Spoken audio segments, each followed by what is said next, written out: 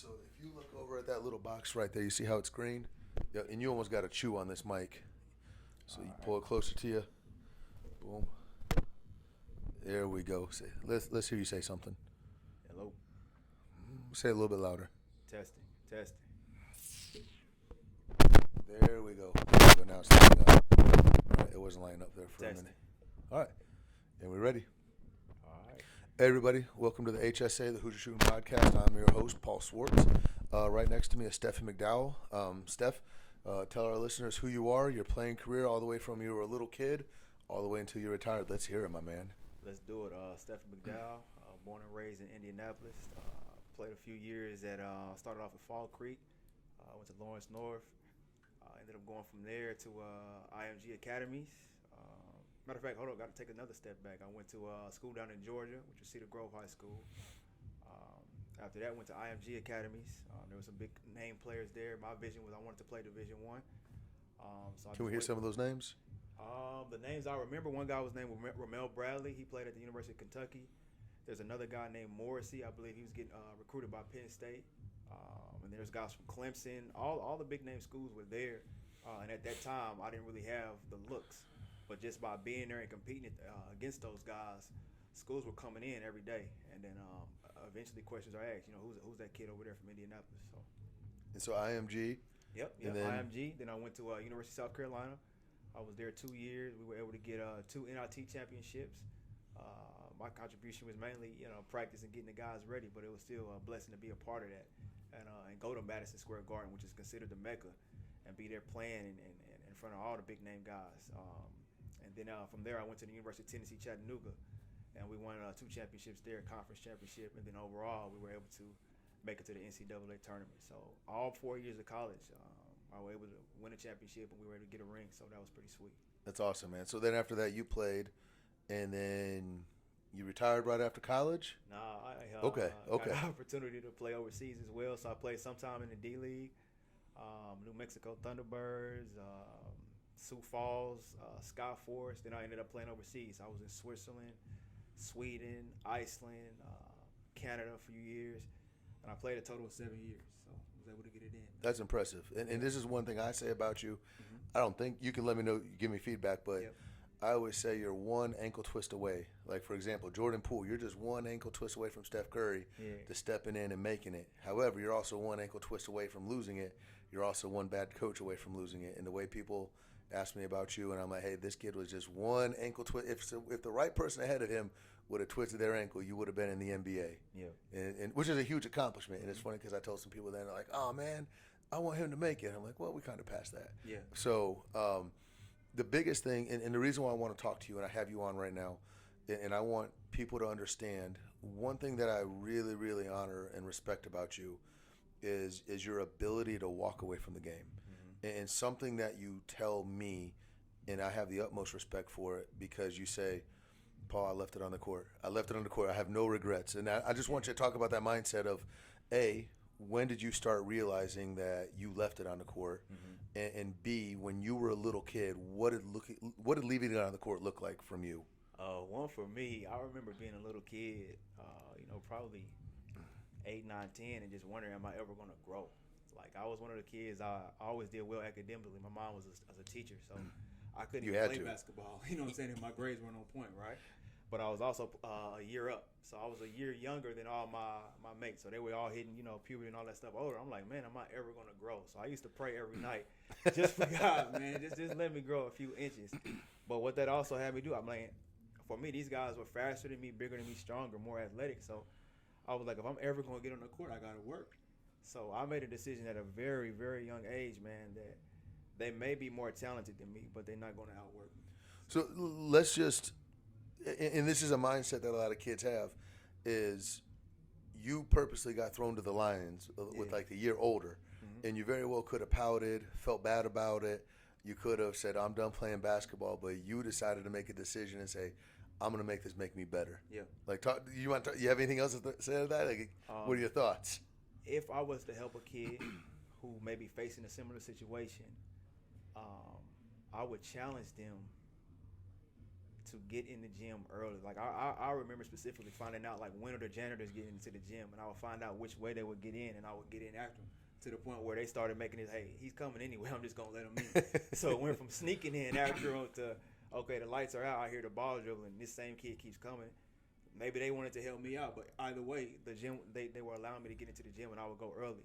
And I remember waking my dad up. I'm not the most talkative guy, but it would take me a while to get my dad out of the bed because, of course, at that time, I don't even have a car. Like, I'm getting driven to the gym. But I always remember my dad would be so talkative in the morning. I had nothing to say. I just wanted to go work out. So that was just the thing I remember, man. It's funny you say that because I tell people all the time, like, and I'm not trying to push one people in another, but, like, you got to understand the greats found a way to break in the gym. Yeah. And so for me, I was a decent player, but I worked out at night. And I got to know the custodial staff. So my gym closed at 10 o'clock. Yeah. Well, I got to know the staff, and after they kicked everybody out, they let me stay till 10:30. Nice. 10:45, and then when they were like, the last guy was, I was like, come on, Paul. And I got known as like, come on, Paul, like, let's go. And so people don't understand that extra work you have to do just to be, I mean, from the sounds of it, you weren't even trying to be the best. You were just trying to scrap on with those guys. Trying to get on the court. Give me some minutes. And that's why you put that extra work in. Yeah. And I think it's interesting because I just don't see, I don't know, it's hard to find a kid with that mentality that's fighting to get in the gym. Yeah. Kids will be surprised. If you're 10, 11, and 12, the kids you see now, even the ones who are starring, by the time you get 17, a lot of them are not even going to be playing anymore. You know what I'm saying? So you have to make that decision early. It really starts with a decision. Anybody can tell you or try to put a limit on your game, but if you decide, hey, I think it's at least my main thing. I remember hearing what's his name, Les Brown. He had this YouTube. It's called It's Possible, and I listened to it over and over again. I started telling myself, because I had coaches for whatever reason, it was not that much positive language. Like as far as what I could do, is always what I couldn't do. But I always tell myself, well, it's at least possible. It's at least possible for me to make it. You know what I'm saying? So if I put in the work, possibly I can get better. Let me dig into that a little bit, okay? Did you keep receipts? Or did you just take the lump and move on? Not so much receipts. I think I might have been delusional because I would hear it and it would go in one ear and out the other because I would just start looking up all the schools. I remember writing down, I had a list. I wrote down every college school, and I said, okay, there's over 300 Division I's. All I got to do is get one to like. So this is crazy you say that because, and you hear me talk about kids, you have to set a goal. Yeah. And it wasn't that you were lackadaisical. It wasn't, but you set a goal and you looked at all 300, and then your job was to get one scholarship from all of those schools. Yeah. And there's 2 guards on the school, so you're possibly looking at 600 scholarships, not to mention the other guys. So you reverse engineered it from what I'm hearing. Yeah. Do you see kids doing that nowadays, or do you just think they kind of just throw stuff at the wall and see what sticks? I'm seeing a whole lot of throwing some stuff at the wall and seeing what sticks, and I'm asking kids what are their goals or what type of school do you want to go to, and they don't have an answer. And if you don't have an answer, there's no way you can't guide a ship or a missile to nowhere. You know what I'm saying? You got to have some type of target. Yeah, I hear this, and it's funny because I like digging into it a little bit where I'll push back at the kids and I'll say, hey, if you don't have a destination, you'll get there every time. You'll hit that spot if you don't know where you're going. So I like the fact that you dug in and you said, no, this is my goal, a Division I school. Yeah. At what age did you make that decision of, like, I'm going to do this? Was it 4th grade, 5th grade?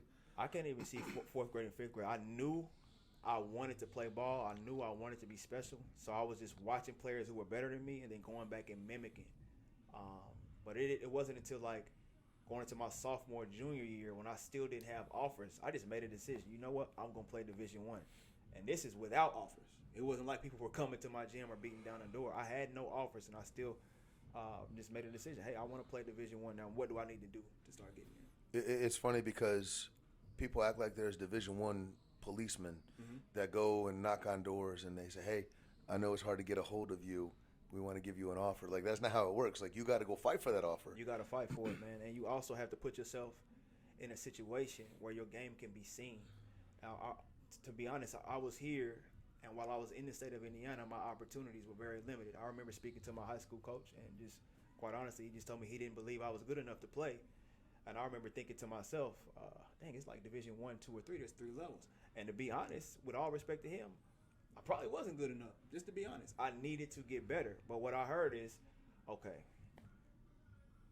this particular coach doesn't believe I'm good enough to get better. but I have this list, and there's over 300 Division I schools. At least one has to like me. So now I just need to focus on improving my game. So It's interesting because I see this a lot, and I don't know if you've ever picked up on this, where I believe in somebody almost to a fault, and the fact that you had a coach look at you and say, "Well, I don't believe in you," and so then what you did is you went back to your goals and said, "My goal is to play Division I. If you're not going to help me get to Division I and help me to achieve my goal," it probably would have been a different conversation if it wasn't. If he looked at you and said, "Steph, I don't believe in you yet. These are the 5 things we got to master to get you to where you want to go," Yeah. you probably wouldn't have made other decisions that you made. right. Does that make sense? Would you agree or disagree with that? I agree very much. I mean, it was very much definite. I don't believe you're good enough. So that was that particular person's perspective, and I know there has to be kids out there who have either heard it or maybe they're facing their own doubts. But what I would like to encourage you is to make a decision on your own, because nobody can place limits on how good you can become. Where you are right now is that's just where you are. But I had a college coach tell me you can get 1% better every day. There's nothing stopping you right now from getting up in the morning. You can come to HSA and try to get up and be one of the first people to the gym, or find a way to get to your school and start. Hey, I'm just gonna get there at 6 a.m. Get your workout list and find out the things you're gonna work on, and just make a decision to get better every day. And then you're moving closer and closer to your target. But if you just take what someone says or whatever that limit is and stick with it, then you never know how good you can be. So it's interesting. This is something else that you're, and you're saying good stuff. Yeah. I just want to make sure people are processing the good stuff that you're saying. What you didn't do, and this is what and again, you could tell me I was wrong. What you didn't do is say, "Oh, you're wrong. Well, I'm going to go to sleep and I'm not going to do anything." You said, "Okay, you're wrong. I'm going to put my work boots on and I'm going to prove you wrong." Yeah. Does that make sense? For me, it wasn't even proving that person wrong, because I didn't know if they were right or wrong or not. All I knew was what I wanted to do. Fair enough. So that's all I focused on. But like, you worked at it. Yeah. That's the part that people miss. Yeah. So this person has their view. I looked once again at that list. There's 300 plus schools. I'm like, there's no way I can't get at least one school to like me. And I'm gonna be honest, with my grades, the push from some of my parents was even like, "Hey, just get an academic scholarship." And I'm like, I already know the kid who gets an athletic scholarship is just treated differently than the one who gets an academic. So I don't want to walk on to the team. Yeah. I want to earn my scholarship. So, I love it. I want people to drive this home. Yeah. That you started with a goal. Yeah. Like, it all started with the goal. It didn't start with basketball. It started with a goal, target. and then basketball filled its way in. Yeah. So you end up going to Division I, Right. South Carolina, Yep. and then you end up going to Tennessee, Middle Tennessee, UT Chattanooga. Yeah. Chattanooga, Tennessee, Chattanooga. Yeah. And what was your experience there? Did you feel that they believed in you? Like, obviously you did some stuff. Yeah, so at the University of South Carolina, I'll be honest, I wish I had a little bit more mentorship and guidance in terms of how to select the school. So for young players, you really want to look at that system and see, does that match up with your game? You know what I'm saying? So if it's a pick and roll coach, like, how does he run it? How does that match up with how you play? If you're a catch and shoot guy and they always running off pick and roll, you might not get on the court. You know what I'm saying? So at this particular school, we had guys who was, I'm going to be honest, way more athletic than me. Guys who were true point guards. I knew how to score the ball, but I honestly didn't really know how to run a team. So my first 2 years at South Carolina were rough, to say the least. And I was just struggling trying to get on the court. What would define, and again, let's say there's a 6-year-old that doesn't understand the difference between a scoring point guard and a running the team point guard. What does a running the team point guard do that a scoring point guard doesn't do? So running the team point guard, this guy knows, one, everybody else's position on the floor, what they need to do and where they need to be. And then he's always conscious, okay, if I've got a shooter over here, has he gotten his touches? You know what I'm saying? When's the last time he got a shot? Okay, now coach wants to play through the big man, so I need to get my big man a couple post-ups. This is a guy who's conscious of everybody on the team, what they need, and then can also, okay, we're in a drought, let me get to the free throw line. Help my team get a rhythm, or let me get a layup for my team, or let me lock down the other point guard, get us a steal, get our momentum up. So he's always finding ways to get the team involved. Now, if you got a scoring point guard, he's running the offense, but often the offense is running through him. So what I mean is he's coming down, he may make that first pass, he's cutting through, he gets the ball back on that wing, he's running that pick and roll looking to score the ball first. If he gets cuts off, then he's making his distributions. So it's stop first and then pass. Yeah. I want to say it was Sam Cassell that said this, and I could be getting the point guard wrong. I don't think it was Chauncey Billups, but it might have been Sam Cassell. He was on the Wolves with Kevin Garnett. And it was interesting because in his head, he had the time broken down. Kevin Garnett needs 7 points by the 30-minute mark. Yeah. By the 8-minute mark, he needs 14. By halftime, he needs 17. Yeah. And he was dribbling, looking at the scoreboard and saying, okay, my big's not happy, because he knew what Kevin Garnett wanted. And that's what you're talking about, running the team. Yeah. And you know, okay, well, he went into the halftime, he only had 3. Well, guess what? I better start making him happy, because and a lot of people don't understand this. One of the best ways to make the team, if you're not the best player, is to find a way to get the best point, the best. Wow, geez, I swear I can do this. Find some way to get the best score of the ball. Yeah. And because eventually that score is gonna be like, hey, I like the way he's feeding me, and then that's gonna open you up some more. Yeah. Very much so. You're just gonna dig into the next spot. You retire. You play 7 years, and you know, what was the retirement decision like for you? When I started transitioning from college ball to pro, that was my first introduction to basketball as a business. You know what I'm saying? So it goes from you playing for the love to you're playing to get paid. It becomes And a if job. you don't produce, they're looking to get you out of there. Like, to be honest, like, you go overseas, if you're the American, you're the star. So no matter what, if your team loses, it's your fault. So, and I remember just kind of putting everything I could in for a team, and I came down wrong on my heel, fractured it. I still tried to play through. This is in the playoffs. I'm the starting point guard, one of the leading scorers on the team, and I'm putting my body on the line to try to help us win. And I remember the following year, we're actually, I know we got a winning. We're one of the top teams in the league, put it like that. And I'm again one of the top scorers in the league, and I'm one of the players that get released. And I'm just thinking to myself, I'm putting in a lot of work. I'm putting my body on the line, and I'm doing it for this team. I just feel like I was being treated more like a racehorse than a person. So I was just like, maybe it's time for me to start focusing on putting the same energy and effort into something else. So with that being said, and people, unfortunately in the pro league, that's it. Like, if you're not scoring buckets and winning games, it's like, hey, we like you as a person. Like, it's not personal. Yeah. It wasn't like they said, hey, Steph, we just don't think you're a good person. It was, the numbers don't lie. Yeah. Someone's got to go, and unfortunately it's you. Yeah. Obviously that doesn't make you feel good, but you're not going to change that. Right. Like, that's just part of it. And what do you think? Let me ask you, if somebody watching this, or when they do watch this, is going to hear that, like, what advice would you give them, understanding that you're prepping to be treated like a racehorse? Like, what's something you wish you would have done differently in your training, your mentality growing up? Does that question make sense, or is that poorly worded? No, not poorly worded. Main thing is just focusing on, one, your progress, your development every day. Why are you here? Because basketball is a business. You are there to produce, and your team has to win. So just having that as the underlying foundation of the work you're putting in.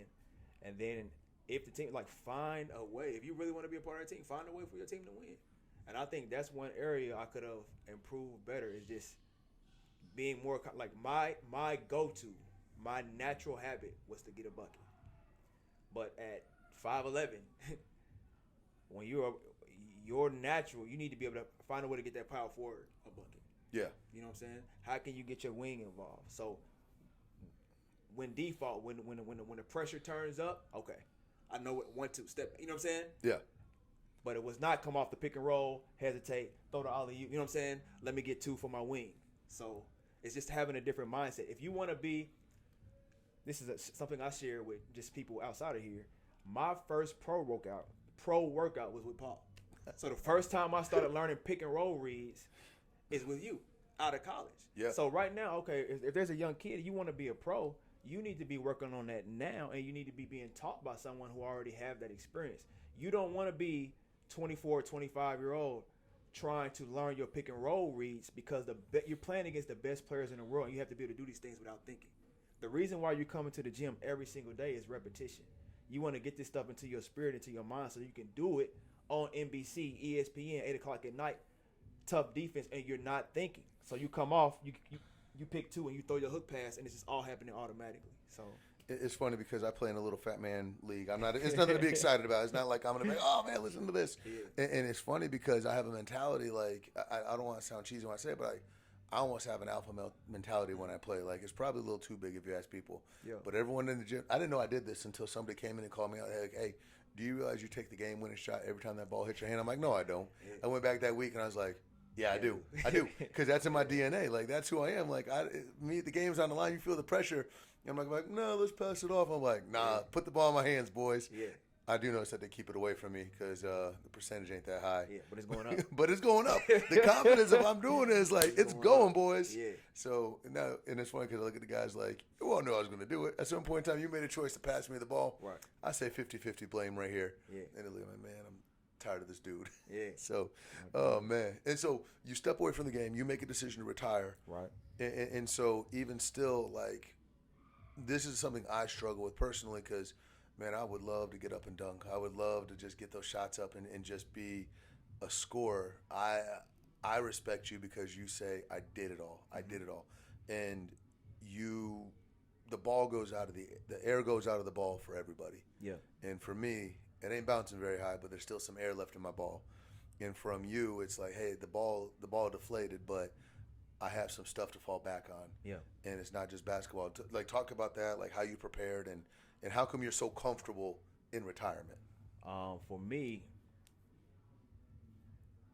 I wanted to make sure that every day that I stepped on the court, I made a decision to get better. Can I ask you, can I dig in that? Yeah. When did you make that decision to do that? Was that freshman year in college? Was that second grade, fifth grade? I wouldn't say freshman year. I would say that junior year conversation. Okay. When I was told I wasn't good enough, I just had to look myself in the mirror. If I want to get to where I have to go, where I want to go, because I was, even at that time, I'll be honest, even that coach or any coach that I had, no one would deny my work ethic. Like, I would be there working on my game. But now I said, okay, if I want to get to my target, I'm going to have to turn this up even another notch. Yeah. But I know my mindset in high school, my mindset in college, like, I put in the work. You know what I'm saying? A LeBron is going to be born, just to be honest. You know what I'm saying? So if somebody's 6'8" and they put in the same work and they can do some of the same things you do, they might take this spot. You know, they might take the spot. You might not get it. But if you can look yourself in the mirror and say you gave the game everything that you had, and each opportunity I did my best, then when it's time to retire, I can put the game down. And now my opportunity is, if there's a young kid who's hungry, then maybe I can share some of my knowledge with them and help them to improve. And I know I have a lot to give back to those kids. So that's my passion now, is to give back to them. Not my time on the court is done. I gave them all. So let me ask you this: there's mental. There's mental hunger, and then there's the physical hunger. And I know that we got some kids that come through that mentally they look you in the eye like, I want to be in the NBA, man. I want to be the best player on my team. Yeah. And then you get on the court about 10 minutes into it, and they're, hey, where's my water break? Yeah. Hey, where's man, my leg kind of cramps. Oh man, like you can see the mental hunger, and I guess they could be lying to themselves and lying to you, but then you also see the physical, like you're just not as hungry. Like how do you correspond with that? Do they have to match up to each other? I'm gonna be honest. You really can't lie to me, because I know what it takes to get there. So Okay, I like that. You can't pump fake. You know what I'm saying? On the court, you can use the pump fake, but you're not gonna be able to pump fake your trainer. Like, I know what type of effort. So if you coming in there and you going half speed, or I tell you to pick up the speed, or I tell you to do a drill, you do your own drill, then I know deep down you don't really want this. So in order to get to where you want to get, there are. Okay, I'll put it like this: anybody who's a pro at anything has a coach. Yeah. In order to win a championship, they have a coach. Jordan, he was winning 33 points a game, 38 points a game, but he didn't get a championship until he lined his skills up with the right coaching. The same thing with Steph Curry. His team, the Warriors, he got those 4 championships when he lined his skill set up with the systems that Kerr had. So what I would tell a kid, no matter how good you think you are, you need coaching, someone who is better than you or knows more than you, and then you need to take heed to what they're saying if you want to go to the next level and be a specialist or be a pro. So it's necessary. That's good stuff, man. I hope people are writing this stuff down, because this is good stuff, man. Yeah. I mean, you're putting it out there. Yeah. Where are you now in your journey with basketball? Because I just talk about it. I think I've heard enough, but talk to them. For me, when I step on the court, I tell myself I'm not going to cheat the kids.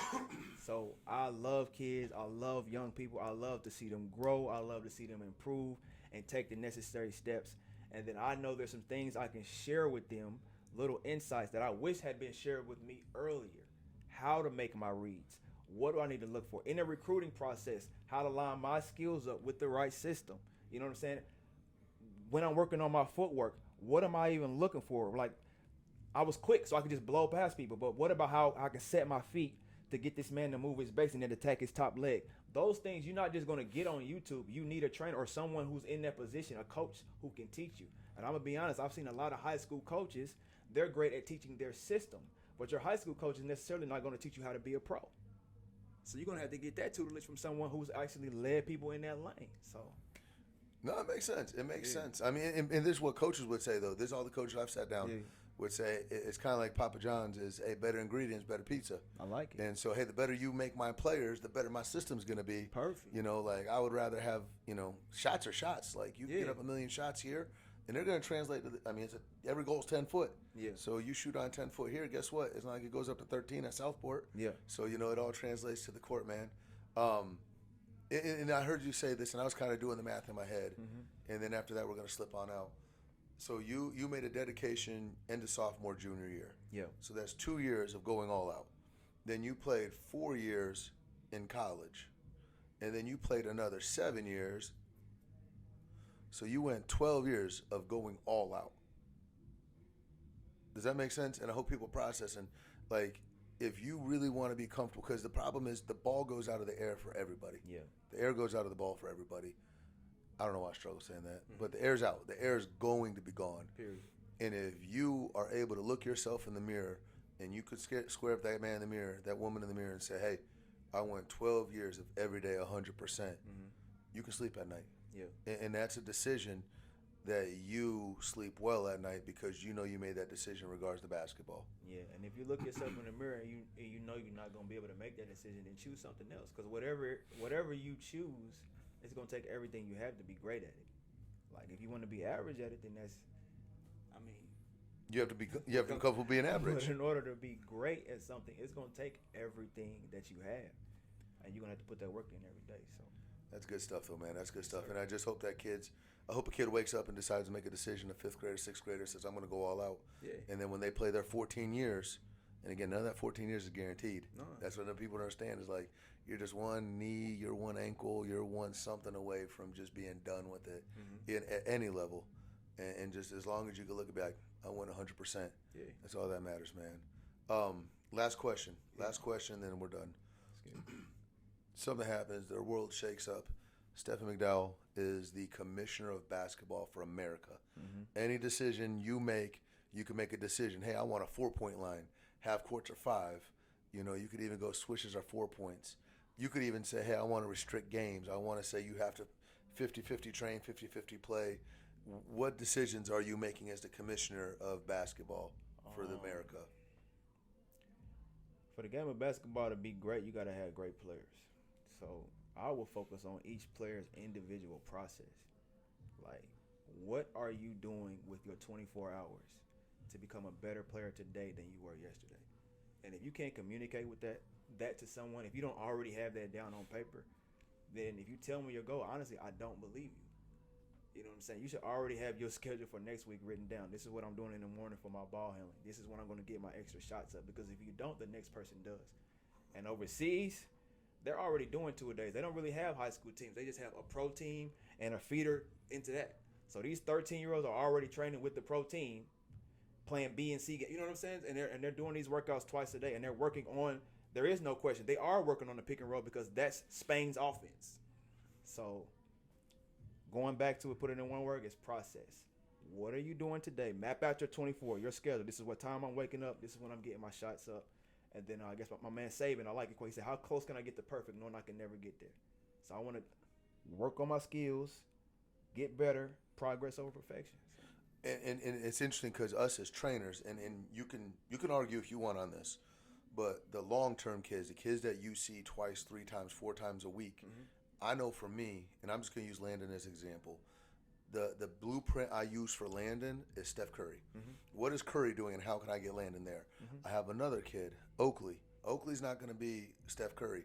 However, Oakley looks a lot like Luka. So when I'm watching Luka's game, I'm transitioning that. So for me as a trainer, I have a blueprint about where we're going. I have a destination, how we started this conversation. And what kids don't understand, though, and what parents and players don't understand, that if you're not consistently showing up here, I mean, if you get in the car and only drive 5 minutes and then park for an hour, you're not going to get to your destination. Correct. And someone is getting there and they're training 4 times a week, 5 times a week. But now they also have their rest built in there. Yeah. They have their ice bath. They have their stretching. That's what the elite players do. Is again, it comes down to being a businessman. I'm treating my body like it's a business. I'm treating basketball like it's a business. You know, and business people, they don't just show up and hopefully the money rolls in. They know what's coming in. Yeah. So I think that hits the point on the head of like the more consistent you are with your trainer, the more consistent you are coming in, getting your shots up, the more you can get to that destination. But being inconsistent puts us in a bad spot of like, hey, what direction do you see for this kid? Yeah. Is he going to show up or not? You know, you got little Bryson coming in. Yeah. Tell me you don't have a plan for him. Yeah. And he shows up. He shows up. Yeah. He puts the work in. He's probably not going to be 6'11", but he can still be a pretty solid guard. Yes, sir. Coming from a good example. Yes, sir. So, Steph, you got anything else you want to throw in? The best players in the world have the best habits. So, Ooh. And the best way to do that is just through the repetition. Your mind, just without going too deep into it, your body, your spirit can perform better than you ever can thinking about it. So your goal should be, I want to get the reps in and do it so many times that now championship game, NCAA Tuesday night, ABC, NBC, pressure's on me. I'm not even thinking. I've done this pick and roll read, double team, boom, it's automatic. So Is that a Steph quote or did you steal that? I don't know. I just came to my mind. Hey, you know what? That's going somewhere on the board here. Yeah. That's going on the wall. Say it again. The best players have the best players habits. have the best habits, hands down. Stephen McDowell, Let's get it. 1024. I love it, man. Hey, we appreciate you guys checking in. We appreciate you guys listening. Hopefully you got something out of it. I mean, for me personally, I got a lot out of this. And it's not the X's and O's. It's not the small stuff. It's what sets you aside. And the biggest thing you got to understand if you're watching this podcast, my encouragement to you, the big 3 things I would say is go set a goal. Go set a goal. I don't care what that goal is. It's got to be a SMART goal. If you don't know what a SMART goal is, Google it. Get yourself a SMART goal. The second thing you got to do is be dedicated to be consistent. And then the third thing you got to do is max out. Those are the big 3 takeaways I got from you today. If you like what you heard, subscribe. We're going to be coming out with these every week. We're going to have different guests. If you're a parent of a player, make sure you're holding your children accountable. Yes, if you're a player, you need to hold yourself accountable, and you need to start doing the stuff that we're talking about on the podcast. We appreciate you. This is Hoops Shooting Academy, Hoops Over Hype. Let's get it. Appreciate you, man. Oh, man. Appreciate you. I'm going to kill this mic real quick before we say something stupid. Cool. I tripped over my shoelace. 32 minutes.